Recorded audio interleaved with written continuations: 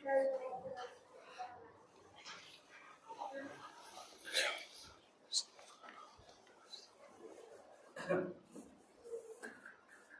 الحمد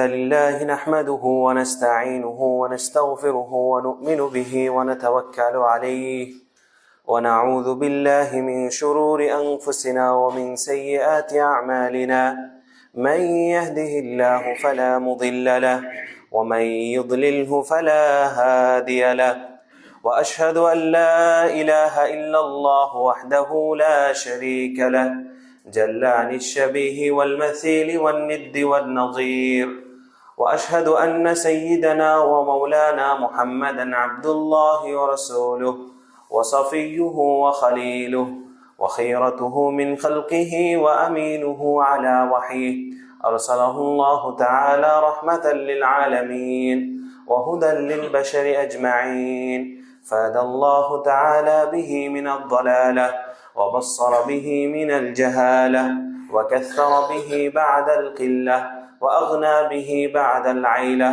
فصلوات الله وسلامه عليه وعلى آله الطيبين وأصحابه الغر الميامين ومن تبعهم بإحسان إلى يوم الدين أما بعد فأعوذ بالله من الشيطان الرجيم بسم الله الرحمن الرحيم يا أيها الناس اتقوا ربكم الذي خلقكم من نفس واحدة وخلق منها زوجها وبث منهما رجالا كثيرا ونساء واتقوا الله الذي تساءلون به والأرحام إن الله كان عليكم رقيبا وقال تعالى أيضا يا أيها الذين آمنوا اتقوا الله حق تقاته ولا تموتن إلا وأنتم مسلمون وقال تعالى أيضا يا أيها الذين آمنوا اتقوا الله وقولوا قولا سديدا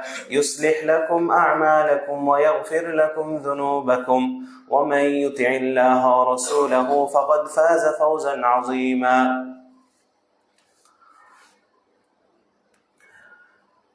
আলহামদুলিল্লাহ, যাবতীয় প্রশংসা, গুণগান, তাসবিহ, তাহলিল সমর্পণ করছে সেই মহান রব্বুল আলামিনের দরবারে, যে রব্বুল আলামিন আমাদেরকে এই পবিত্র জুমার দিনে তার সবচাইতে প্রিয় জায়গা মসজিদে আমাদেরকে আগে ভাগে উপস্থিত হওয়ার সুযোগ করে দিয়েছেন। এজন্য বলি আলহামদুলিল্লাহ। দুরূদ ও সালামের অনবরত নির্ঝরণী বর্ষিত হোক প্রিয় নবী মুহাম্মদ রাসূলুল্লাহ সাল্লাল্লাহু আলাইহি ওয়াসাল্লামের উপর, তার আহলুল বাইত, সাহাবায়ে কেরাম, তাবেঈন, তাবেঈন সহ কিয়ামত দিবস পর্যন্ত তার প্রতিটি একনিষ্ঠ অনুসারীর উপর বর্ষিত হোক দুরূদ ও সালাম। প্রিয় মুসাল্লিন ইকরাম, খুতবার শুরুতেই আমি আপনাদের সকলকে শুভেচ্ছা জানাই ছোট্ট একটি দোয়ার মাধ্যমে, যে আল্লাহ সুবহানাহু ওয়া তাআলা যেন আজকের মসজিদে আপনাদের আসা, দীর্ঘক্ষণ এখানে অবস্থান করে খুতবা শ্রবণ করা এবং পরক্ষণে আবার বাসায় ফেরত যাওয়া পুরো সময়টাকে যেন আল্লাহ তাআলা কবুল করেন, আল্লাহুম্মা আমিন। প্রিয় উপস্থিতি, মহান আল্লাহ সুবহানাহু ওয়া তাআলা পবিত্র কুরআনুল কারীমে সূরাতুদ দাহর বা সূরাতুল ইনসান বলা হয়, সেই সূরার একদম প্রথম আয়াতে তিনি ইরশাদ করছেন যে হাল আতা আলাল ইনসানি হিনুম মিনাদ দাহরি লাম ইয়াকুন শাইআম মাযকুরা, যে মানব সন্তানের উপর দিয়ে, মানুষের উপর দিয়ে এমন একটা সময় কি অতিবাহিত হয়নি, লাম ইয়াকুন শাইআম মাযকুরা, যে সময়টায় সে উল্লেখ করার মতো কোনো কিছুই ছিল না। আল্লাহ রাব্বুল আলামিন একটা সূরার সূচনা করলেন একটা প্রশ্ন ছুড়ে দিয়ে, একটা ধাক্কা দিয়ে শুরু করলেন যে মানব জাতির উপর কি এমন একটা সময় আসেনি যে সময়টাতে সে উল্লেখ করার মতো কোনো কিছুই ছিল না, তুচ্ছ এক নগণ্য এক ফোঁটা পানি থেকে তার সৃষ্টি হয়েছে। তা আল্লাহ রাব্বুল আলামিন এভাবে প্রশ্ন ছুড়ে মূলত আমাদের মাঝে যে বিষয়গুলো আমাদের প্রত্যেককে নিজে জিজ্ঞাসা করতে বলছেন, সেটি হচ্ছে যে আমি আসলে কে, আমার অস্তিত্ব এই পৃথিবীতে কিভাবে হলো, আমাকে এই পৃথিবীতে পাঠানো হয়েছেই বা কেন, সেই পথ বা সেই সফলতা পাওয়ার জন্য আমাকে কোন পথে চলা উচিত, আমি কিভাবে চলছি, এই ধরনের জিজ্ঞাসা, এই ধরনের প্রশ্নগুলো যেন আমার আপনার অন্তরে উঠে, আমার আপনার অন্তরে যেন জাগ্রত হয়। এই জন্য আল্লাহ সুবহানাহু ওয়া তাআলা একটা সূরার শুরুতেই এভাবে প্রশ্ন করে তিনি আয়াতটা নাযিল করলেন। যদিও আল্লাহ সুবহানাহু ওয়া তাআলা পবিত্র কোরআনের অসংখ্য জায়গায় তিনি মানব জীবনের মূল যে লক্ষ্য উদ্দেশ্য আছে সেই লক্ষ্য উদ্দেশ্য তিনি বর্ণনা করে দিয়েছেন। তিনি সূরাতুজ জারিয়াতে তিনি বলছেন যে ওমা খালাকতুল জিন্না ওয়াল ইনসা ইল্লা লিয়াবুদুন, এই যে মানব সন্তান, এই যে জিন জাতি, এই পুরো সকল কিছুকে সৃষ্টি করা এবং এদের সুবিধার জন্য এবং এনাদের কল্যাণের জন্য এই যে পৃথিবী, এই গাছগালা, নদী নালা, খাল বিল, এই সব কিছু সৃষ্টি করার একমাত্র মুখ্য উদ্দেশ্য হচ্ছে ইল্লা লিয়াবুদুন, যে সকল বান্দা তারা আমার বন্দিগি করবে, আমার ইবাদত করবে, তারা আমার দিকেই ধাবিত হবে। সূরাতুল মুলকে আল্লাহ তাআলা বলছেন যে আল্লাযী খালাকাল মাউতা ওয়াল হায়াতা লিয়াবলুয়াকুম আইয়ুকুম আহসানু আমালা, যে তিনি জীবন সৃষ্টি করেছেন, মরণ সৃষ্টি করেছেন অন্য কোনো উদ্দেশ্যের কারণে নয়, একটি উদ্দেশ্য, সেটি হচ্ছে লিয়াবলুয়াকুম আইয়ুকুম আহসানু আমালা, যাতে করে তিনি পরীক্ষা করতে পারেন যে তোমাদের মাঝে সর্বশ্রেষ্ঠ সবচেয়ে ভালো আমলগুলো কারা করে তারা সফল হয়। প্রিয় সুধী, কিন্তু বাস্তবতা হচ্ছে যে আমরা আজকে বর্তমান সময়ে আমরা লক্ষ্যচ্যুত হয়েছি। আমাদের প্রত্যেকটা কার্যক্রম, সেখানে দুনিয়াবী সফলতা বা দুনিয়াবী স্বার্থই হচ্ছে মুখ্য উদ্দেশ্য। আমি যে একজন মুসলিম, আমাকে এই পৃথিবীতে বিশেষ উদ্দেশ্য দিয়ে পাঠানো হয়েছে। আমি অন্যান্য সাধারণ মানুষের মতো নই যারা দুনিয়াকে মুখ্য উদ্দেশ্য বানিয়ে তাদের জীবনকে পরিচালনা করে। এই ধরনের চেতনা আমাদের মাঝ থেকে উঠে গিয়েছে, যেখানে মূল্যিত হওয়ার কথা ছিল এরকম যে আমি কোনো কাজ করা না করার মূল্যিত হওয়া ছিল এরকম যে এর মাঝে আমার পরকালীন স্বার্থ আছে কিনা। যদি পরকালীন স্বার্থ থাকে তাহলে আমি কাজটা করব, যদি পরকালীন স্বার্থে আমার ব্যাঘাত ঘটে তাহলে আমি কাজটা করব না। আমাদের মূল্যিত হওয়ার কথা ছিল এরকম, কিন্তু আমাদের হয়ে গেছে উল্টাটা। আজকে আমরা দুনিয়াবী স্বার্থ উদ্ধার করতে গিয়ে পরকালীন স্বার্থ, পরকালীন সফলতা, এগুলোকে আমরা নষ্ট করে দিচ্ছি। আপনি দেখবেন হাজার হাজার যুবক, অধিকাংশ যুবক শ্রেণী বা পুরুষ জাতি আজকে যে তারা আপনার নিজের পরিবারকে একটু ভালো রাখবেন বলে বা নিজের বাচ্চা কাচ্চাকে একটু ভালো রাখবেন বলে তারা যে হালাল হারাম বিবেচনা করা ছাড়াই উপার্জন করে যাচ্ছেন, সারাদিন খেটে যাচ্ছেন, পায়ের মাথার ঘাম পায়ে ফেলেই যাচ্ছেন, মসজিদ থেকে দূরে সরে গিয়েছেন, আল্লাহ থেকে দূরে সরে গিয়েছেন, কোরআন থেকে দূরে সরে গিয়েছেন, আমল আখলাক ইবাদত কোনো কিছুর তোয়াক্কা নেই। জাতির কাজে লাগবে সেটি হচ্ছে মান আতাল্লাহ বিকলবিন সালিম, যে পরিচ্ছন্ন হৃদয় নিয়ে, সুস্থ হৃদয় নিয়ে, স্বাভাবিক হৃদয় নিয়ে, পরিষ্কার হৃদয় নিয়ে যে আল্লাহর দরবারে উপস্থিত হতে পারবে। আল্লাহ তাআলা বলছে ওই একটা জিনিস আল্লাহর কাছে কাজে লাগবে, অন্য কোনো কিছুই নয়। আল্লাহ তাআলা অন্যত্র তিনি আরো বলছেন ওয়ামা আমওয়ালুকুম ওয়ালা আওলাদুকুম বিল্লাতী তুকাররিবুকুম ইলাল্লাহি যুলফা ইলাইনা যুলফা, যে তোমাদের সম্পদ, তোমাদের এই বাচ্চা কাচ্চা, তোমাদের ধন দৌলত, এর কোনোটাই আমার নিকটবর্তী করবে না ইল্লা মান আমানা ওয়া আমিলা সালিহা, তবে যে ঈমান আনে এবং যে সৎ কাজ করে তার এই ঈমান, তার এই সৎ কাজ আমার নিকটবর্তী করতে পারে। প্রিয় সুধী, এই জন্য শয়তান মূলত এটাই চেয়েছিল, যখন সে আল্লাহ সুবহানাহু ওয়া তাআলার কাছে চ্যালেঞ্জ করেছিল জান্নাত থেকে বহিষ্কার হওয়ার পরে, যখন সে চ্যালেঞ্জ করেছিল সেই কথাই বলেছিল যে বনু আদমকে আমি কখনো সঠিক পথে থাকতে দিব না, বনু আদমকে আমি কখনোই রাইট ওয়ে যেটা জান্নাতের পথ, সে জান্নাতের পথে আমি থাকতে দিব না। এই ধরনের একটা প্রতিজ্ঞা পণ সে আল্লাহর দরবারে কিন্তু করেছে। আল্লাহ সুবহানাহু ওয়া তাআলা সেই শয়তানের এই চক্রান্ত থেকে বেঁচে থাকার জন্য, শয়তান এর কলাকৌশল, তার এই কূটকৌশল, তার এই ষড়যন্ত্র থেকে বেঁচে থেকে আমরা যেন আল্লাহর পথের দিকে ধাবিত হতে পারি, আমরা যেন আল্লাহমুখী হতে পারি, আমরা যেন জান্নাতের পথিক হতে পারি। এই জন্য মহান আল্লাহ সুবহানাহু ওয়া তাআলা একটি পবিত্র মাস তিনি আমাদেরকে প্রদান করেছেন। জান্নাতের সমস্ত দরজা তিনি খুলে দিয়েছেন, জাহান্নামের দরজাগুলো তিনি বন্ধ করে দিয়েছেন। বড় বড় শয়তান, মারদত শয়তান যারা রয়েছে তাদেরকে বন্ধ করে, তাদেরকে শিকলবদ্ধ করে আমাদেরকে এই সুযোগটা তিনি দিয়েছেন। ফালিল্লাহিল হামদ।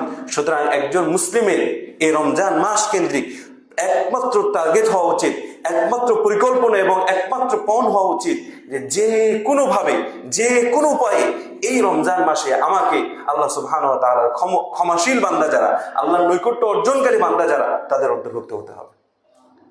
আল্লাহ তাআলা আমাদেরকে আল্লাহর নৈকট্যশীল বান্দার হওয়ার তৌফিক দান করুন, আল্লাহুম্মা আমিন।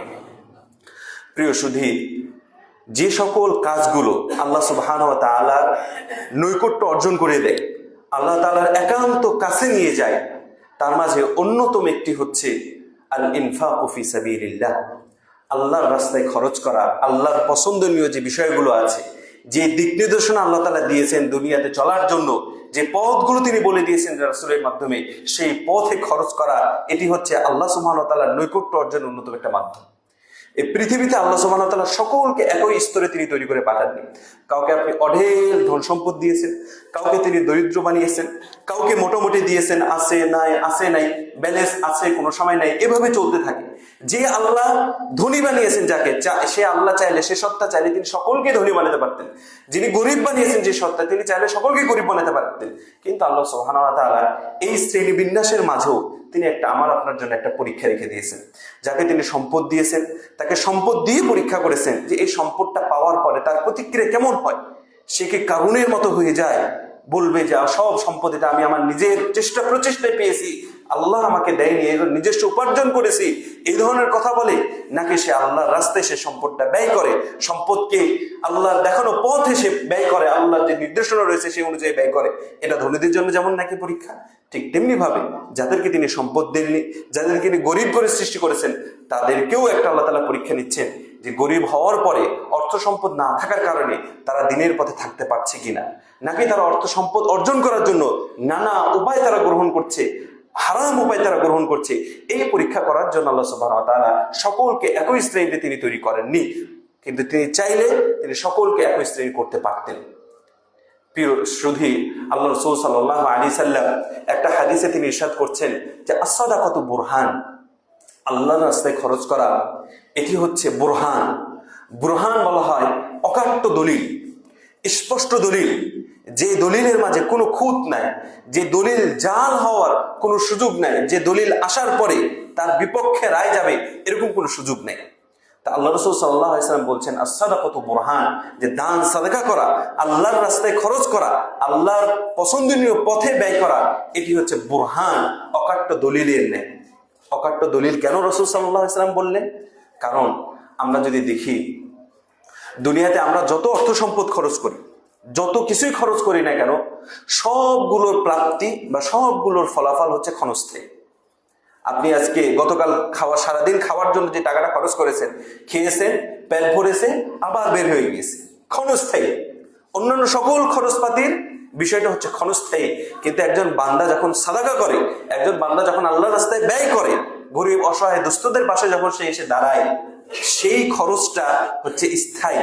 আল্লাহ তাআলা এর প্রতিদান যেমন নাকি দুনিয়াতে দেন, ঠিক তেমন এর প্রতিদান তিনি পরকালেও বান্দাদেরকে দিবেন। এজন্য রাসূল সাল্লাল্লাহু আলাইহি ওয়াসাল্লাম তিনি সাদাকাকে এটা স্পষ্ট একটা বুরহান হিসেবে আখ্যায়িত করেছেন। আল্লাহ সুবহানাহু ওয়া তাআলা পবিত্র কোরআনে তিনি বলছেন, ইয়া আইয়ুহাল্লাযীনা আমানু আনফিকু মিম্মা রাযাকনাকুম মিন ক্বাবলি আন ইয়াতি ইয়াউমুন লা বাইউন ফীহি ওয়ালা খুল্লাতু ওয়ালা শাফাআহ ওয়াল কাফিরুনা হুমুয যালিমুন। আল্লাহ তাআলা ইয়া আইয়ুহাল্লাযীনা আমানু এইভাবে সম্বোধন করছেন, ইয়া আইয়ুহাল্লাযীনা আমানু, হে যারা ঈমান এনেছে। অর্থাৎ এই আদেশটা, এই দিক নির্দেশনাটা যারা আমরা নিজেদেরকে মুমিন হিসেবে দাবি করি, যারা দাবি করি যে আমার ভিতরে ঈমান আছে, তাদেরকে বিশেষভাবে আল্লাহ তাআলা বলছেন আনফিকু মিম্মা রাযাকনাকুম, তোমরা খরচ করো তা থেকে যা আমি তোমাদেরকে রিজিক করেছি। আল্লাহ তাআলা মানে আপনার কাছ থেকে স্বেচ্ছায় কোনো কিছু চাননি, আল্লাহ বলে দিচ্ছেন যে খরচ করো কোথা থেকে, যেটা আমি তোমাকে দিয়েছি সেখান থেকে, যেটা আমি তোমাকে দিয়েছি। মিন ক্বাবলি আন ইয়াতি ইয়াউমুন লা বাইউন ফীহি ওয়ালা খুল্লাতু ওয়ালা শাফাআহ, ওই দিন আসার পূর্বেই, যেই দিনে কোনো ধরনের ক্রয় বিক্রয়, কোনো ধরনের সুপারিশ, কোনো ধরনের বন্ধুত্ব কোনো কিছুই কাজে আসবে না। আল্লাহ সুবহানাহু ওয়া তাআলা এই ক্রয় বিক্রয়, বন্ধুত্ব বা সুপারিশের কথাগুলো কেন উল্লেখ করলেন? আপনি দেখবেন যে দুনিয়াতে যারা অর্থ সম্পদশালী আছে, তারা নিজেদের চাহিদা বা নিজেদের প্রয়োজন পূরণ করতে গিয়ে বাইরে গিয়েছে, কোনো একটা জিনিস পছন্দ হয়েছে, কিনে নিয়ে নিল, কিনতে পারছে না, কারো ক্ষমতা জোর খাটিয়ে নিয়ে নিল, কোনো প্রভাব খাটিয়ে নিয়ে নিল, কারো সুপারিশের মাধ্যমে কাজটা করে নিল। এভাবে দেখা যায় যে দুনিয়াতে আমরা আমাদের কাজগুলো কোনো না কোনো উপায়ে আমরা করে নিতে পারি, সম্পদ দিয়ে, প্রভাব, সবকিছু দিয়ে, ক্ষমতা দিয়ে আমরা করে নিতে পারি। আল্লাহ তাআলা বলছেন কিয়ামতের দিন হচ্ছে এমন একটা ভয়াবহ দিন, যেই দিনে তোমার এই বন্ধুত্ব, তোমার এই সম্পদ, তোমার কোনো ধরনের সুপারিশ আল্লাহর দরবারে কাজে লাগবে না। সুতরাং সেই দিনে তুমি যদি সফল হতে চাও, সেই দিনে তোমাকে যদি অন্যের দিকে তাকিয়ে থাকতে না হয়, তাহলে অবশ্যই আনফিকু মিম্মা রাযাকনাকুম, আমি যা দিয়েছি তোমাদেরকে, আমি যা দিয়েছি, আল্লাহ তাআলা কতটা মানে দৃঢ়ভাবে তিনি বলছেন যে আমি তোমাকে যা দিয়েছি সেখান থেকে তুমি খরচ করো। প্রিয় উপস্থিতি, আমরা বাস্তবতা হচ্ছে যে আমরা আল্লাহ সুবহানাহু ওয়া তাআলার এই আয়াতগুলোকে উপেক্ষা করে কি আমরা বিশেষ করে এই সম্পদ কেন্দ্রিক, আপনি দেখবেন দুনিয়াতে অধিকাংশ লোক এই সম্পদ কেন্দ্রিক তারা এক অসুস্থ প্রতিযোগিতার মাঝে লিপ্ত। যার এই দুনিয়াতে যত বেশি আছে তার আরো তত বেশি চায়। আপনি সবচাইতে অভাবে পাবেন তাকে যার বেশি সম্পদ আছে। যাদের অভাব চলে ওদের তো অভাব চলছেই, কিন্তু তার চাইতে বেশি অভাবে পাবেন যাদের আপনি সম্পদ আছে। আপনি তার কাছে বসেন, তার সাথে কথা বলেন, তার কাছে কত অভাবের কথা তার কাছ থেকে শুনবেন, অথচ আল্লাহ তাকে কম দিন নেই। এই প্রতিযোগিতা এটা চলছেই। মানুষ এই প্রতিযোগিতার মাঝেই নিজেকে নিয়োজিত রেখেছে, পরকাল ভুলে গিয়ে, আল্লাহকে ভুলে গিয়ে, কোরআন সুন্নাহ থেকে দূরে সরে, মসজিদ থেকে দূরে সরে। মুতারিফ ইবনে আব্দুল্লাহ রাদিয়াল্লাহু তাআলা আনহু তিনি বলছেন যে আমি রাসূল সাল্লাল্লাহু আলাইহি সাল্লামের কাছে একবার আসলাম। তো আসার পরে আমি দেখি যে রাসূল সাল্লাল্লাহু আলাইহি সাল্লাম একটা বিশেষ সূরা তেলাওয়াত করছেন। এই সূরাটা আমাদের সকলেরই পরিচিত, সূরাতুত তাকাসুর। আমার মনে হয় আমরা সকলেই সূরাতুত তাকাসুর সম্পর্কে অবগত জানি, কিন্তু কখনো কি এই সূরার অনুবাদ আমরা পড়েছি যে এই সূরায় আল্লাহ সুবহানাহু ওয়া তাআলা আমাকে কি বলতে চায়? ছোট্ট একটি সূরা, কিন্তু কত চমৎকার করে আল্লাহ তাআলা বলছেন যে আলহাকুমুত তাকাসুর হাত্তা যুরতুমুল মাকাবির। আল্লাহকুম, তোমাদেরকে ব্যস্ত রেখেছে, তোমাদেরকে আল্লাহ থেকে দূরে সরিয়েছে।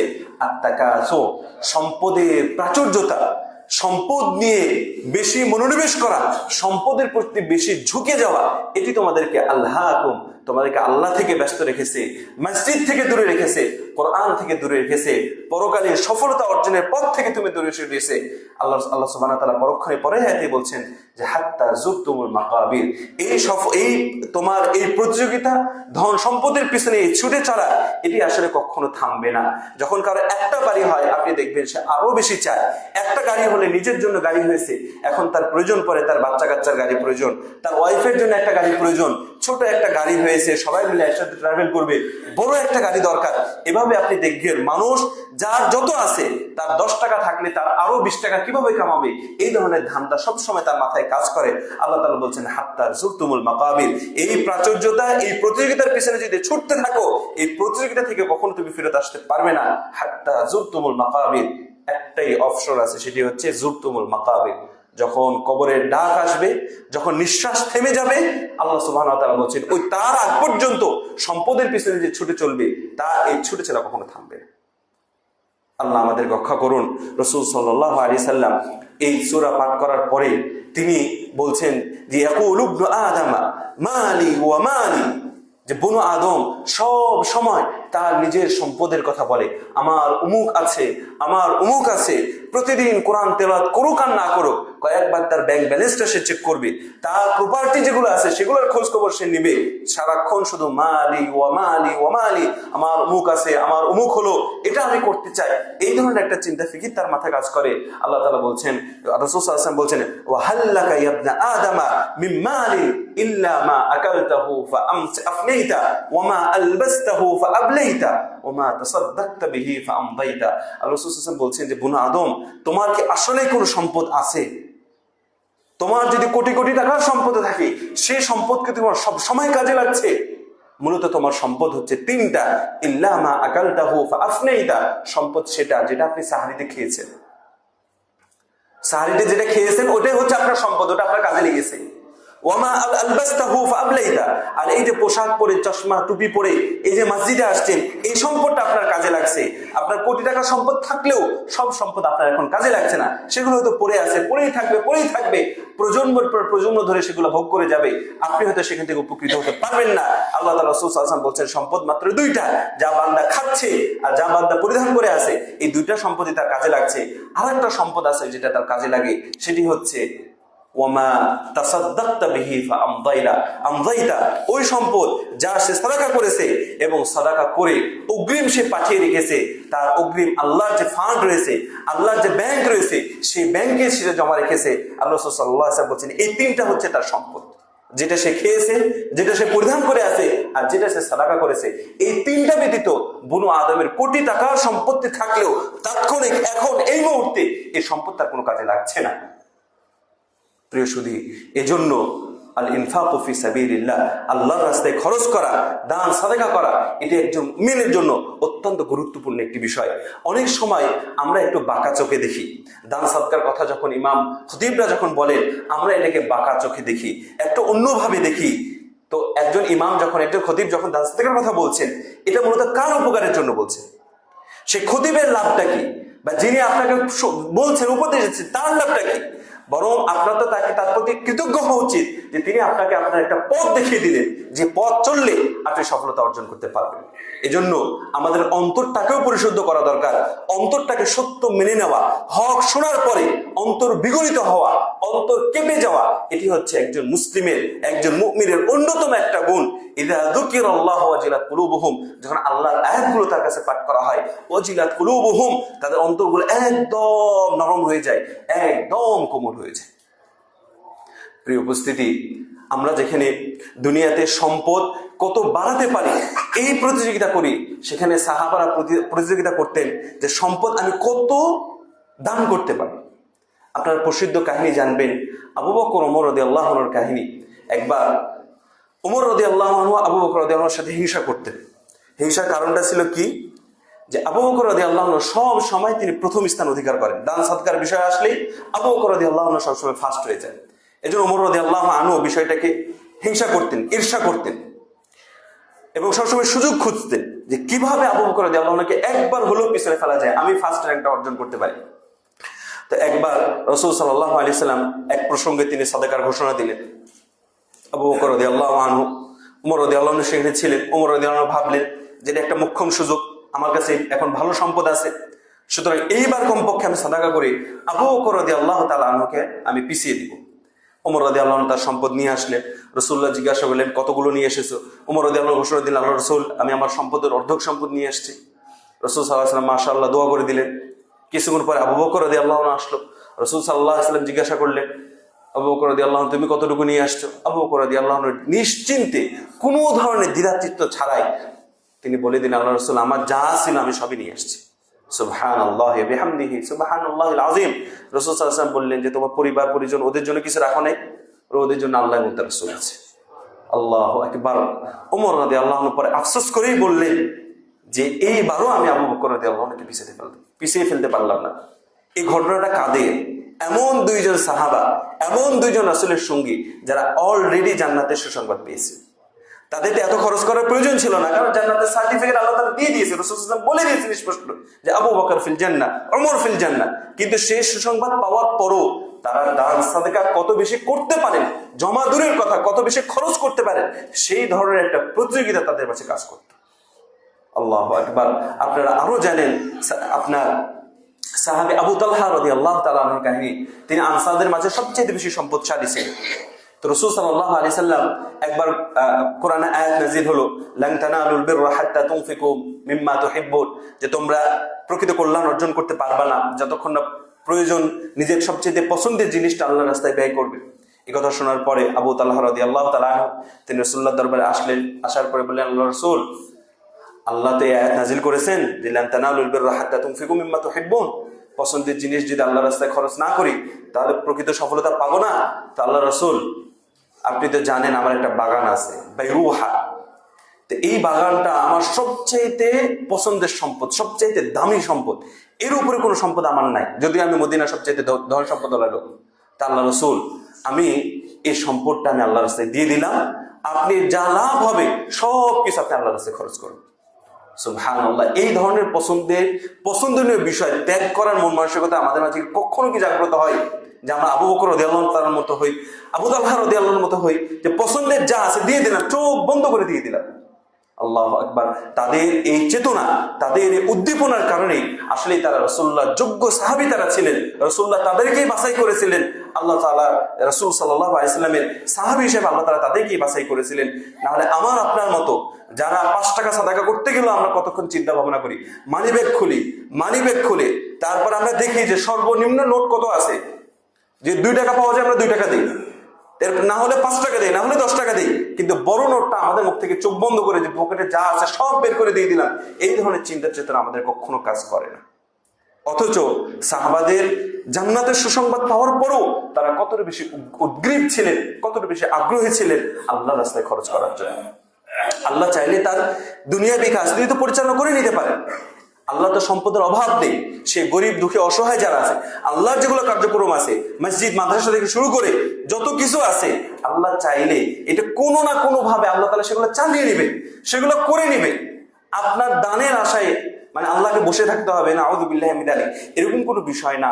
বরং আল্লাহ সুবহানাহু ওয়া তাআলা আপনাকে একটা সুযোগ দিচ্ছেন, একটা অপশন দিচ্ছেন, যাতে করে আপনি আল্লাহ সুবহানাহু ওয়া তাআলার নৈকট্য অর্জন করতে পারেন, আল্লাহর দরবারে যেন আপনি নৈকট্যশীল বান্দার অন্তর্ভুক্ত হতে পারেন। আপনারা আরেকটা কাহিনী হচ্ছে, রাসূল সাল্লাল্লাহু আলাইহি ওয়াসাল্লামের বাড়িতে একবার আপনার ছাগল জবাই করা হলো। তো এরপরে রাসূল সাল্লাল্লাহু আলাইহি ওয়াসাল্লাম বাইরে গিয়েছেন, আসার পরে তিনি জিজ্ঞাসা করলেন পরিবারকে যে ছাগলের কোনো অংশ কি বাকি আছে? তখন তার পরিবার উত্তর দিল যে মা বাকিয়া ইল্লা কাতিফুহা, যে সবই তো আল্লাহ রাসূল সাদাকা করে দেওয়া হয়েছে, শুধুমাত্র কাঁধের মাংসটা বাকি আছে। তো রাসূল সাল্লাল্লাহু আলাইহি ওয়াসাল্লাম এই কথা শোনার পরে তিনি সতর্ক করে দিলেন যে তুমি উল্টা হিসাব করেছো, ভুল ক্যালকুলেশন করেছো, বরং তুমি এই কথা বলো যে বাকিয়া কুল্লুহা ইল্লা কাতিফুহা, যে সব সম্পত্তি বাকি আছে, যেগুলো সাদাকা করেছো ওগুলো তো মূলত থাকলো, ইল্লা কাতিফুহা, এই যে কাঁধের মাংস যেটা রান্না করেছো এই মাংসটা খাবে, এটা মূলত কাজে লাগবে না, বাদ বাকি যা আছে সবই থেকে গেল, সবই আমাদের পরকালে কাজে লাগবে। আপনার কি মনে হয় সাহাবাদের কি পরিবার ছিল না? সাহাবাদের কি বাচ্চা কাচ্চা ছিল না? এই যে আমরা হিসাব নিকাশ করি যে আমাদের পরিবার, বাচ্চা কাচ্চার ভবিষ্যৎ, একটা সিকিউরিটি, বিভিন্ন বিষয় হিসাব করে আমরা যে কৃপণ হয়ে যাচ্ছি, একেবারে বাখিল হয়ে যাচ্ছি, এই চিন্তা কি আমাদের মাথায় কখনো কাজ করে না? সাহাবাদের তো পরিবার ছিল, সাহাবারও সন্তান ছিল, তাদেরও ভবিষ্যৎ বলতে একটা ছিল, কিন্তু তারা তো কখনো কুণ্ঠাবোধ করেন নাই, তারা তো কখনো থেমে থাকেন নাই, বরং তারা আরো বেশি উদ্গ্রীব হয়ে, আরো বেশি আগ্রহী হয়ে যে কোনো উপায়ে আল্লাহর নৈকট্য অর্জন করা যায় সেই চেষ্টা তারা করে গিয়েছে। আল্লাহ তাআলা আমাদেরকে তাদের সেই পথে চলা তৌফিক দান করুন, আল্লাহুম্মা আমিন। প্রিয় উপস্থিতি, মহান আল্লাহ সুবহানাহু ওয়া তাআলা পবিত্র কোরআনে ঋণকে, এই দান সাদাকাকে তিনি ঋণ হিসেবে আখ্যায়িত করেছেন। তিনি বলছেন যে মান যাল্লাযী ইউকরিদুল্লাহ কারদান হাসানা, কেউ কি এমন আছে যে আল্লাহ সুবহানাহু ওয়া তাআলাকে ঋণ দিবে, ফায়ুযাইফাহু লাহু আযআফান কাসীরা, আল্লাহ তাআলা ঋণ তো ফেরত দিবেন, মূল এর সাথে সাথে আযআফান কাসীরা, কোটি কোটি গুণ বৃদ্ধি করে তিনি ফেরত দিবেন। এরপরে অন্য আয়াতে আল্লাহ তাআলা বলছেন মাসালুল লাযীনা ইউনফিকুনা আমওয়ালাহুম ফি সাবিলিল্লাহ কামাসালি হাববাতিন আম্মাতাত সাবআ সানাবিল ফি কুল্লি সুমবুলাতিন মিআতু হাব্বা ওয়াল্লাহু ইউযাইফু লিমান ইয়াশা, যে আল্লাহর রাস্তায় যারা খরচ করবে, আল্লাহ তাআলা এমন একটা ব্যবসার কথা বলছেন, আমি আমার জীবনে এই ধরনের ব্যবসার কথা কখনো শুনি নাই যে ব্যবসার লভ্যাংশ এত বেশি হয়। আল্লাহ তাআলা বলছেন যে যারা আল্লাহর রাস্তায় খরচ করবে, ইউনফিকুনা ফি সাবিলিল্লাহ কামাসালি হাব্বা, তার এই উদাহরণ হচ্ছে একটা শস্য দানার মতো, কামাসালি হাব্বাতিন আম্বাতাত সাবআ সানাবিল, যে একটা শস্য দানা থেকে 3টা শীষ উৎপন্ন হয়, ফি কুল্লি সুমবুলাতিন মিআতু হাব্বা, প্রত্যেকটা শীষের মাঝে 100টা করে দানা রয়েছে, ওয়াল্লাহু ইউযাইফু লিমান ইয়াশা, আল্লাহ চাইলে ইচ্ছায় তো বেশি বাড়িয়ে দিতে পারেন। অর্থাৎ আল্লাহ তাআলা যে লাভের কথা বলছেন, আপনি দুনিয়ার যত ব্যবসা আছে কোন ব্যবসার কথা আমাকে দেখান যেখানে 1 টাকা ইনভেস্ট করলে কমপক্ষে 700 টাকা লাভ পাওয়া যায়। আল্লাহ তাআলা সেই ব্যবসার কথা সন্ধান করে দিচ্ছেন, সেই ব্যবসার কথা বলে দিচ্ছেন যে আল্লাহর রাস্তায় যে খরচ করে 1 টাকার বিনিময়ে কমপক্ষে সে 700 টাকার সে সওয়াব পাবে। সুবহানাল্লাহি ওয়া বিহামদিহি সুবহানাল্লাহ আযীম। আল্লাহ তাআলা এটা বলেই ক্ষান্ত থাকেননি, তিনি আরো বলছেন ওয়াল্লাহু ইউযাইফু লিমান ইয়াশা। 700 এটা সাধারণ হিসাব গেল, আল্লাহ যদি কারো নিয়ত যদি ভালো থাকে, নিয়ত যদি একদম খালেস হয়, আল্লাহ তাআলা চাইলে আরো বেশি তিনি বৃদ্ধি করে দিতে পারেন। সুবহানাল্লাহি বিহামদিহি সুবহানাল্লাহিল আযীম। আপনারা আরো জানেন রাসূল সাল্লাল্লাহু আলাইহি সাল্লাম যে 7 শ্রেণী কিয়ামতের দিন, সেই কঠিন দিনে আরো সে ছায়ে আশ্রয় পাবে, তার মাঝে অন্যতম একজন হচ্ছে ওয়ারাজুলুন তাসাদদাকা বিসাদাকাতিহি ফাআখফাহা হাত্তা লা তা'লামা শিমালুহু মা তুনফিকু ইয়ামিনু, যে ওই ব্যক্তি যে আল্লাহর রাস্তায় খরচ করে, গোপনে খরচ করে, তার বাম হাত জানে না ডান হাত কি খরচ করেছে। রাসূল সাল্লাল্লাহু আলাইহি ওয়াসাল্লাম বলছেন কুল্লু ইমরুইন ফি যিল্লি সাদাকাতিহি হাত্তা ইকওয়া বাইনান নাস, যে প্রত্যেক ব্যক্তি কিয়ামতের দিন সে যেই পরিমাণ সাদাকা করেছে সেই পরিমাণ ছায়ার সে মালিক হবে, এবং ওই ছায়ার তলে সে থাকবে হাত্তা ইকওয়া বাইনান নাস, যতক্ষণ না বান্দার মাঝে ফয়সালা করা হয়। সুতরাং সে কঠিন দিনে, যে দিনে সূর্য বলা হচ্ছে 1 কিলোমিটার, অথবা মুখহালা শব্দ ব্যবহার করেছে, মুখহালা সুরমা নেওয়ার জন্য যে কাঠিটা আমরা ব্যবহার করি ওটাকেও মুখহালা বলা হয়, ওই পরিমাণ কাছাকাছি চলে আসবে। সেই কঠিন দিনে যদি আপনি অবশ্যই যদি ছায়া পেতে চান তাহলে আপনাকে সাদাকা করতে, আপনি যত বেশি সাদাকা করবেন আপনার ছায়ার পরিধি, আপনার ছায়ার স্থায়িত্ব তত বেশি হবে। এই জন্য প্রিয় সুধী, আমি আপনাদেরকে যে উদাত্ত আহ্বান জানাবো যে সম্পদ আল্লাহর, যে আল্লাহ আপনাকে সম্পদ দিয়েছেন, চাইলে সে আল্লাহ ক্ষণিকের মাঝে সে সম্পদ আপনার কাছ থেকে ছিনিয়ে নিতে পারেন। সুতরাং সম্পদ নামক এই পরীক্ষা যারা আমরা, আল্লাহ তাআলা পরীক্ষা আমাদেরকে যে সম্পদ দিয়ে যাদেরকে পরীক্ষা করেছেন, আমরা যেন কিপটা না হই, আমরা যেন কৃপণ না হই, আমরা যেন বখিল না হই, আমরা যেন আল্লাহর রাস্তায় অকাতরে সাদাকা করে যাই। আল্লাহ তাআলা আমাদের কিছু তৌফিক প্রদান করুন, আল্লাহুম্মা আমিন। প্রিয় উপস্থিতি, দান সাদাকার ক্ষেত্রে গুরুত্বপূর্ণ একটি বিষয় হলো নিয়তকে বিশুদ্ধ করা। নিয়তকে বিশুদ্ধ করা। যত ধরনের লৌকিকতা আছে, লোকমুখের প্রশংসা করোনা আছে, এগুলো সব আমাদের পরিহার করতে হবে। বিশেষ করে আমরা এখন সাদাকা মানেই হচ্ছে মোবাইলে ছবি তুলতে হবে, এটা ফেসবুকে জানাতে হবে বা অন্যজনের কাছে শেয়ার করতে হবে, এই বিষয়গুলো আমাদের মাথায় কাজ করে। তো এটা আপনার ইখলাস নষ্ট হয়ে যায়, আপনার দান যে আল্লাহর দরবারে কবুল হবে সে কবুলিয়াত নষ্ট হয়ে যায়।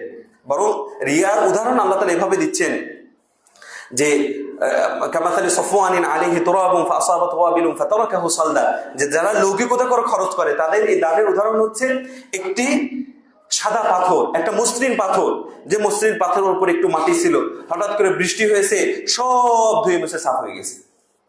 তো ওই আল্লাহ রাস্তায় খরচ করার সময় রিয়া বা লৌকিকতার আশ্রয় নেওয়া হচ্ছে ওরকম। মসৃণ পাথরের উপর আপনি দান সাদকাটা রাখছেন, রিয়া আসছে, দান সাদকা সব ধুয়ে মুছে সাফ হয়ে গেছে, একদম মসৃণ পাথর, কোনো কিছু অবশিষ্ট নাই। এই জন্য দান সাদকা কষ্ট করে, এত কষ্ট করে আপনার সবচেয়ে পছন্দনীয় মানুষের সবচেয়ে পছন্দের জিনিস হচ্ছে ধন সম্পদ। এই ধন সম্পদ যখন আল্লাহ রাস্তায় খরচ করবেন, তো কষ্ট করে সাদাকা করছেন, এটা আপনার এই তুচ্ছ নিয়তের কারণে যেন এটা নষ্ট না হয় যায়, সে বিষয়টি খেয়াল রাখবেন। আল্লাহ আমাদেরকে বুঝার তৌফিক প্রদান করুন, আল্লাহুম্মা আমিন। এছাড়াও আরো কিছু বিষয় আছে যেগুলো আমরা দান সাদকা করতে গিয়ে ভুল করি। তার ভিতরে আরেকটা হচ্ছে যে হারাম সম্পদকে আমরা দান সাদকার জন্য বিশেষভাবে বাজেট করে রাখি। আল্লাহ তাআলা হালাল ছাড়া অন্য কিছু কবুল করেন না। আনফিকু মিন তাইয়্যিবাতি মা কাসাবতুম, আল্লাহ তাআলা বলেন তোমাদের হালাল যে সম্পদ সেই সম্পদ থেকে তোমরা দান করো। হারাম সম্পদ থেকে দান করে মূলত আল্লাহর দরবারে কোনো গ্রহণযোগ্যতা সেটা নাই। তো যারা হারাম সম্পদ উপার্জন করে ফেলছেন তারা কি করবেন? হয়তো বুঝতে পারেননি, সুদের সাথে জড়িত ছিলেন, মানুষের 2 নাম্বারি করে সম্পদ মেরে খেয়ে নিয়েছেন। আপনি জানেন, কেউ জানুক, আপনার পরিবার কেউ জানুক না জানুক, আপনি জানেন, আল্লাহ তো জানেন। সে সম্পদগুলো কি করবেন? সে সম্পদগুলো আপনি বিলিয়ে দিবেন, নিজের কাছে রাখবেন না, এই বোঝা নিয়ে কবরে যাবেন না। কিন্তু বিলানোর সময় কোনো ধরনের সওয়াবের নিয়ত করবেন না। সওয়াবের নিয়ত ছাড়াই আপনি যদি স্পষ্টভাবে জানেন অমুক কাছ থেকে 1 লাখ টাকা মেরে খেয়েছেন, ওর নামে আপনি সাদাকা করে দিবেন, বা ওর কাছে আপনি টাকাটা যদি পৌঁছাতে পারেন সেটা করে দিবেন। কিন্তু হারাম সম্পদ দান করে সওয়াবের নিয়ত করা যাবে না। এরপর অনেক সময় দেখা যায় যে আমরা ধন সম্পদ দান করতে গেলেই আমরা বিভিন্ন হিসাব নিকাশ করি, যে কমে যায় কিনা, কমে গেল কিনা, এই হিসাবগুলো আমাদের মাঝে কাজ করে, এই ক্যালকুলেশনগুলো আমাদের মাথায় কাজ করে। রাসূল সাল্লাল্লাহু আলাইহি ওয়াসাল্লাম এটাও বলছেন যে মা নাকাসাত সাদাকাতুম মিন মালিন, যে দান সাদাকা করলে কোনো সম্পদ কখনো কমে না। স্পষ্ট ঘোষণা রাসূলের পক্ষ থেকে, মা নাকাসাত সাদাকাতুম মিন মালিন, দান সাদাকা করলে কখনো সম্পদ কমে না। আমাদের আপাতত দৃষ্টিতে মনে হতে পারে হয়তো কমে যাচ্ছে, কিন্তু আল্লাহ তাআলা এর বিপরীতও করতে পারেন। আপনি 10 টাকা সাদাকা করলেন, এর বিপরীতে আপনার হয়তো 1000 টাকার কোনো ক্ষতি হতে যাচ্ছিল, লস হতে যাচ্ছিল, বা বিপদ আসতে যাচ্ছিল, অ্যাক্সিডেন্ট হতে যাচ্ছিল, আল্লাহ সেখান থেকে আপনাকে বাঁচিয়ে দিলেন। এজন্য কখনো এই চিন্তা যেন আপনার মাথায় কাজ না করে, আচ্ছা 500 টাকা সাদাকা করে দিলাম, 500 টাকা কমে গেল, এই ধরনের চিন্তা যেন আপনার মাথায় কাজ না করে। এরপর আরেকটা আমাদের ভুল ধারণা, সেটি হচ্ছে যে দান সাদকা আমাদের কাজ না। দান সাদকা করবে কারা? যারা ধনী, তারা শুধু দান সাদকা করবেন, এটা আমাদের কাজ না। এটা একটা ভুল ধারণা। রাসূল সাল্লাল্লাহু আলাইহি ওয়াসাল্লাম বলছেন যে ইত্তাকুন নার ওয়ালাউ বিশিক্কি তামরা, একটা খেজুরের টুকরা দিয়ে হলো নিজেকে আগুন থেকে বাঁচাও। অর্থাৎ খেজুরের একটা টুকরো, একটা খেজুরকে 2 ভাগ করে 1 ভাগও যদি সাদাকা করে দান সাদকা করতে পারো, ওটাও করো, তারপরও নিজেকে জাহান্নাম থেকে বাঁচাও। সুতরাং আপনি ছোট্ট একদম নগণ্য 1 পয়সা দিয়েও আপনি আল্লাহর রাস্তায় সাদাকা করতে পারেন, এবং আপনার একনিষ্ঠতার কারণে এই সাদাকা বহু গুণে বৃদ্ধি হতে পারে। একবার রাসূল সাল্লাল্লাহু আলাইহি ওয়াসাল্লাম বললেন সাহাবাদেরকে, দেখো 1 দিরহাম 1000 দিরহামকে ডিঙ্গিয়ে গিয়েছে। সাহাবা বললেন, আল্লাহর রাসূল, কোথায় 1 দিরহাম আর কোথায় 1000 দিরহাম? এটা কেমনে হয়? তখন রাসূল সাল্লাল্লাহু আলাইহি ওয়াসাল্লাম বললেন যে দেখো, একজন আরেকজনকে আল্লাহ তাআলা প্রচুর সম্পদ দিয়েছিলেন, তো সেখান থেকে সে 1000 দিরহাম খরচ করেছে। অপরদিকে আরেক বান্দা যার কাছে ছিল হচ্ছে 2 দিরহাম, কিন্তু সেই 2 দিরহামের মাঝে 1 দিরহাম সে আল্লাহর রাস্তায় খরচ করেছে। তার এই একনিষ্ঠতার কারণে, অল্প আছে, জুহুদুল মুকিন, অল্প আছে কিন্তু সে খরচ করার নিয়ত করেছে, তার এই একনিষ্ঠতার কারণে আল্লাহ সুবহানাহু ওয়া তাআলা তার এই 1 দিরহামকে ওই 1000 দিরহামের উপরে তিনি স্থান দিয়েছেন, মর্যাদা দিয়েছেন। এজন্য রমজান মাস এটা বরকতের মাস। আমরা যদি আল্লাহর কাছ থেকে বরকত পেতে চাই, আসমানি বরকত যদি আমরা পেতে চাই, ধন সম্পদের যে আমাদের অভাব অনটন আছে এটা যদি আমরা দূরীভূত করতে চাই, তাহলে প্রত্যেককে আমাদের যাদের সম্পদ আছে অথবা যাদের নাই 2 টাকা আছে, সেই 2 টাকা থেকে 1 টাকা আমরা আল্লাহর রাস্তায় খরচ করব। এর মাধ্যমে ইনশাআল্লাহ আমরা আসমানি বরকত পাবো। আপনারা সাহাবার কথা জানেন, সাহাবারা রমজান মাসে মজুর খাটতেন, কামলা খাটতেন। কামলা খেটে 2 টাকা কামাইলে 1 টাকা পরিবারের পিছনে খরচ করতেন, আর 1 টাকা কামাইতেন হচ্ছে দান সাদকা করার জন্য। এই ধরনের চেষ্টা প্রচেষ্টা আমাদের মাঝেও কাজ করা উচিত। আল্লাহ আমাদেরকে তৌফিক প্রদান করুন, আল্লাহুম্মা আমিন। দান সাদকা কেন্দ্রিক আরেকটা ভুল আমাদের হয়, সেটি হচ্ছে আমরা দান সাদকা করলে যাকে দান করছি বা যেই প্রতিষ্ঠানে, সেখানে আমরা একটা প্রভাব বিস্তার করার চেষ্টা করি। মসজিদে সে একটা বড় অঙ্ক দান করেছে, এখন মসজিদে তার একটা প্রভাব থাকতে হবে, সে তাকে কথা বললে সে কথাগুলো সকলকে শুনতে হবে, এই ধরনের একটা চেতনা তার মাঝে কাজ করে, চিন্তা কাজ করে। অথবা কোনো গরিব অসহায়কে সে একটা বড় অ্যামাউন্ট দান করেছে, একটা বাড়ি করে দিয়েছে, তার এই কথা হচ্ছে আমার কথা থেকে উঠতে হবে, বুঝতে হবে। তো এটাও খোটা দানের অন্তর্ভুক্ত। আর খোটা দান করলে আল্লাহ লা তুবতিলু সাদাকাতিকুম বিল মান্নি ওয়াল আযা, যে তোমরা খোটা দান করে তোমরা এই তোমাদের সাদাকাগুলোকে নষ্ট করিও না। এজন্য এই চিন্তা আপনাদের পরিহার করবেন যে দান সাদাকার পরে আপনার উপর যেন আপনার মাঝে যেন কোনো ধরনের প্রভাব বিস্তার করা, খোটা দেওয়া, কোনোভাবে কথা দিয়ে কষ্ট দেওয়া, এই ধরনের চিন্তা চেতনাগুলো যেন কাজ না করে। সর্বশেষ যে বিষয়টি আমরা বলবো সেটি হচ্ছে যে দেখেন, দান সাদাকা করতে হয় স্বেচ্ছায়, স্বপ্রণোদিত হয়ে। আমরা অনেক সময় আমাদের অন্তরগুলো এত বেশি শক্ত হয়েছে যে কোরআন সুন্নাহর বাণী শুনলে গলে না। আর দান সাদকার বিষয় হচ্ছে এমন একটা বিষয়, এখানে অন্তরটা আরো বেশি কাজ করে না। তো এটা তো আমার জন্য লজ্জাজনক হবে যে যদি আপনাকে দান সাদকা এটা ওয়াজ নসিহত করে চেয়ে নিতে হয়। কারণ আপনার আরো না চাইতেই আল্লাহর রাস্তায় খরচ করা, না চাইতে নিজে স্বেচ্ছায় আপনি তো আপনার নিজের প্রয়োজনে আপনি সাদাকা করছেন, আপনি তো অন্য কারো প্রয়োজনে না। আপনি কি মনে করছেন যে আপনি গরিব অসহায়ের প্রয়োজনের জন্য আপনি সাদাকা করছেন? না, আপনি সাদাকা করছেন আপনার প্রয়োজনে। আপনার প্রয়োজন, গরিব অসহায়কে আল্লাহ তাআলা কোনো রকমভাবে রিজিকের ব্যবস্থা করে দিবে। প্রত্যেকের রিজিক নির্ধারিত, সে আপনার মুখাপেক্ষী না। আপনি আপনার প্রয়োজনে সাদাকা করছেন, এই ধরনের একটা চিন্তা চেতনা নিয়ে আপনি যদি দান সাদাকা করেন, দেখবেন কোনো ধরনের হিসাব নিকাশ আপনার মাথায় কাজ করবে না, কোনো ধরনের দুশ্চিন্তা আপনার মাথায় কাজ করবে না যে সম্পদ কমে গেল, এটা হলো ওটা হলো, এবং সম্পদগুলো আপনার দান সাদাকাগুলো আল্লাহর দরবারে কবুল হবে। তা আল্লাহ তাআলা আমাদের সকলকে আল্লাহর রাস্তায় খরচ করার তৌফিক প্রদান করুন, আল্লাহুম্মা আমিন। আর একটা বিষয় আছে উপযুক্ত ক্ষেত্র নির্ধারণ করা। আমরা এই ভুলটাও করি। আমরা অনেক সময় এমন জায়গায় আমরা সাদাকা করি, আমরা স্পষ্ট জানি যে যা সাদাকা করে কোনো লাভ নেই, কিন্তু করছি। বিদআতের প্রতিষ্ঠানে আমরা দিচ্ছি, কোনো এমন ব্যক্তিকে দিচ্ছি জানি যে সে এগুলো ভালো কাজে কখনো ব্যয় করবে না। এই যে দান সাদাকার ক্ষেত্রে উপযুক্ত ব্যক্তি আপনি সিলেক্ট করবেন, যাচাই বাছাই করে সাদাকা করবেন। অন্যতম একটা ক্ষেত্র হচ্ছে আপনার এই মসজিদ। অন্যতম একটা ক্ষেত্র হচ্ছে মসজিদ। রাসূল সাল্লাল্লাহু আলাইহি ওয়াসাল্লাম বলছেন যে কাতা পাখি বলা হয়, কাতা পাখি, ছোট্ট পাখি, এই পাখির বাসা বানাইতে যতটুকু জায়গা লাগে এই পরিমাণ জায়গা যদি কেউ আল্লাহর রাস্তায় ব্যবস্থা করে দেয়, আল্লাহ সুবহানাহু ওয়া তাআলা তার বিনিময়ে তাকে জান্নাতে ঘর নির্মাণ করে দিবেন। সুবহানাল্লাহ। এই জন্য দান সাদকার ক্ষেত্রে সবার আগে থাকবে সেটা অবশ্যই মসজিদ থাকবে। তবে এটা সতর্ক থাকবেন, মসজিদে জাকাত দেওয়া যায়, যদিও জাকাত এর বিধিবিধানগুলো আমাদের রমজানের সাথে সম্পৃক্ত নয়। জাকাত দিবেন হচ্ছে আপনি বছর অতিবাহিত হলে, কিন্তু রমজান মাসে যেহেতু আমরা জাকাতটা বের করে থাকি, জাকাতের যে 8টি খাত রয়েছে তার কোথাও কিন্তু মসজিদের কথা উল্লেখ নাই।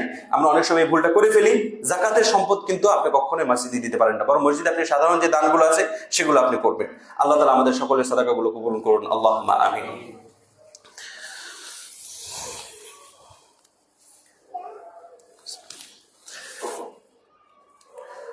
আলহামদুলিল্লাহ রাব্বিল আলামিন ওয়াসসালাতু ওয়াসসালামু আলা রাসূলিল কারীম, আম্মা বা'দ।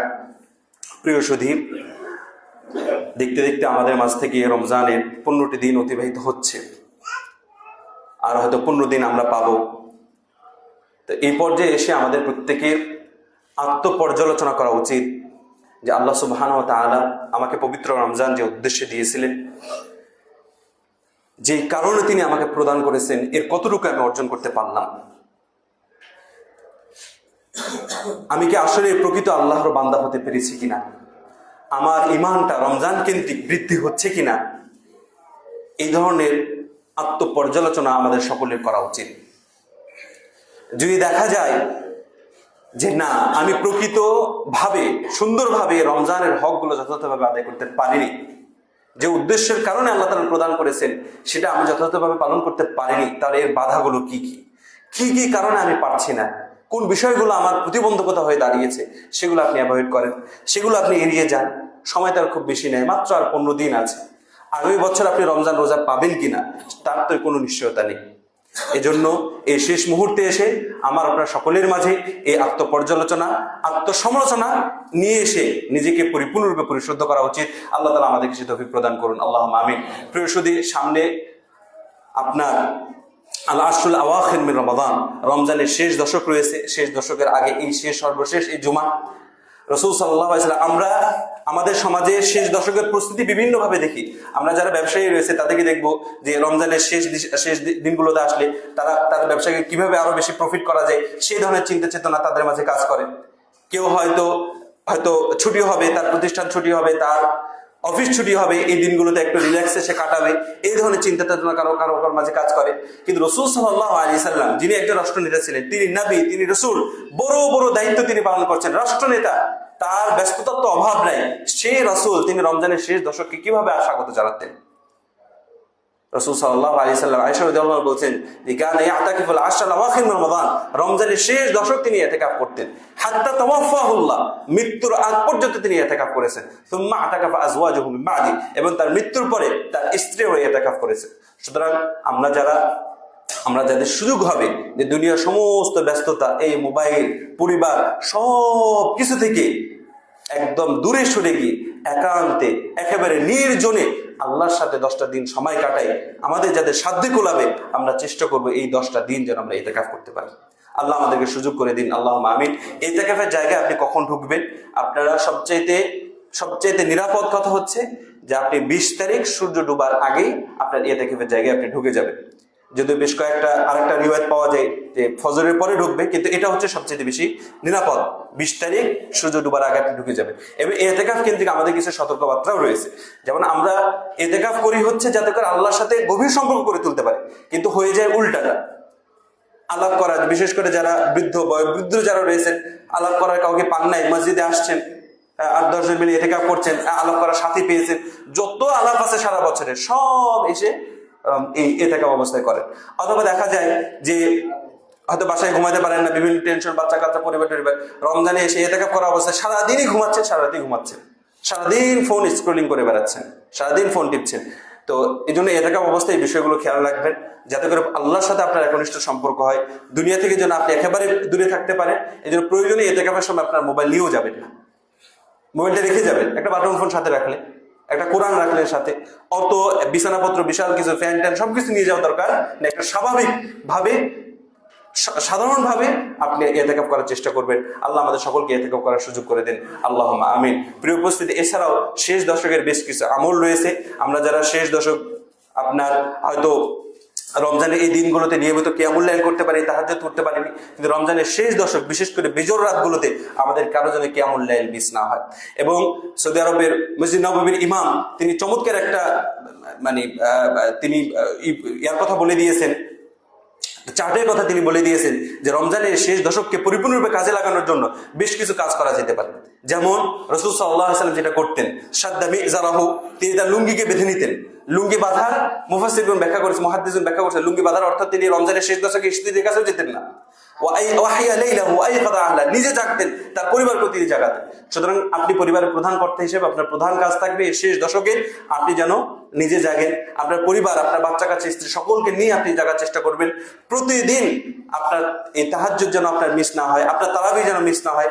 কমপক্ষে প্রতিদিন নিয়মিত কিছু সাদাকা করার চেষ্টা করবেন, কারণ রাসূল সাল্লাল্লাহু আলাইহি সাল্লাম পবিত্র কোরআনে আল্লাহ তাআলা যেটা বলেছেন, লাইলাতুল কদরি খায়রুম মিন আলফি শাহর, 1000 মাসের চাইতে উত্তম হচ্ছে আপনার এই লাইলাতুল কদর। 1000 মাস মানে কত? প্রায় 83 বছর প্লাস। অনেকে তো 83 বছর জীবনও পায় না। আপনার এক রাতের সাদাকা 83 বছর সাদাকার বেশি হতে পারে। এজন্য রমজানের শেষ দশককে এভাবে কাজে লাগানোর চেষ্টা করবেন। আল্লাহ তাআলা আমাদের সকলকে রমজানের পরিপূর্ণ হক আদায় করে আমাদের জীবনকে পরিচালনা করার তৌফিক প্রদান করুন, আল্লাহুম্মা আমিন। আমাদের মাঝে এখনো যারা আসলে অলসতা করছি, বিভিন্নভাবে পিছিয়ে রয়েছি, বিভিন্ন ব্যস্ততার দোহাই দিয়ে আমরা এই রমজানের হক যথাযথভাবে আদায় করতে পারছি না, আল্লাহ আমাদের সকল ব্যস্ততা কমিয়ে দেন, আল্লাহুম্মা আমিন। এবং প্রকৃত হক আদায় করে এই রমজানকে আমাদের মাঝে আমরা বাস্তবায়ন করতে পারি, আল্লাহ আমাদেরকে সেই তৌফিক প্রদান করুন, আল্লাহুম্মা আমিন। ইবাদাল্লাহ রাহিমাকুমুল্লাহ, ইন্নাল্লাহা ইয়া'মুরু বিল আদলি ওয়াল ইহসান।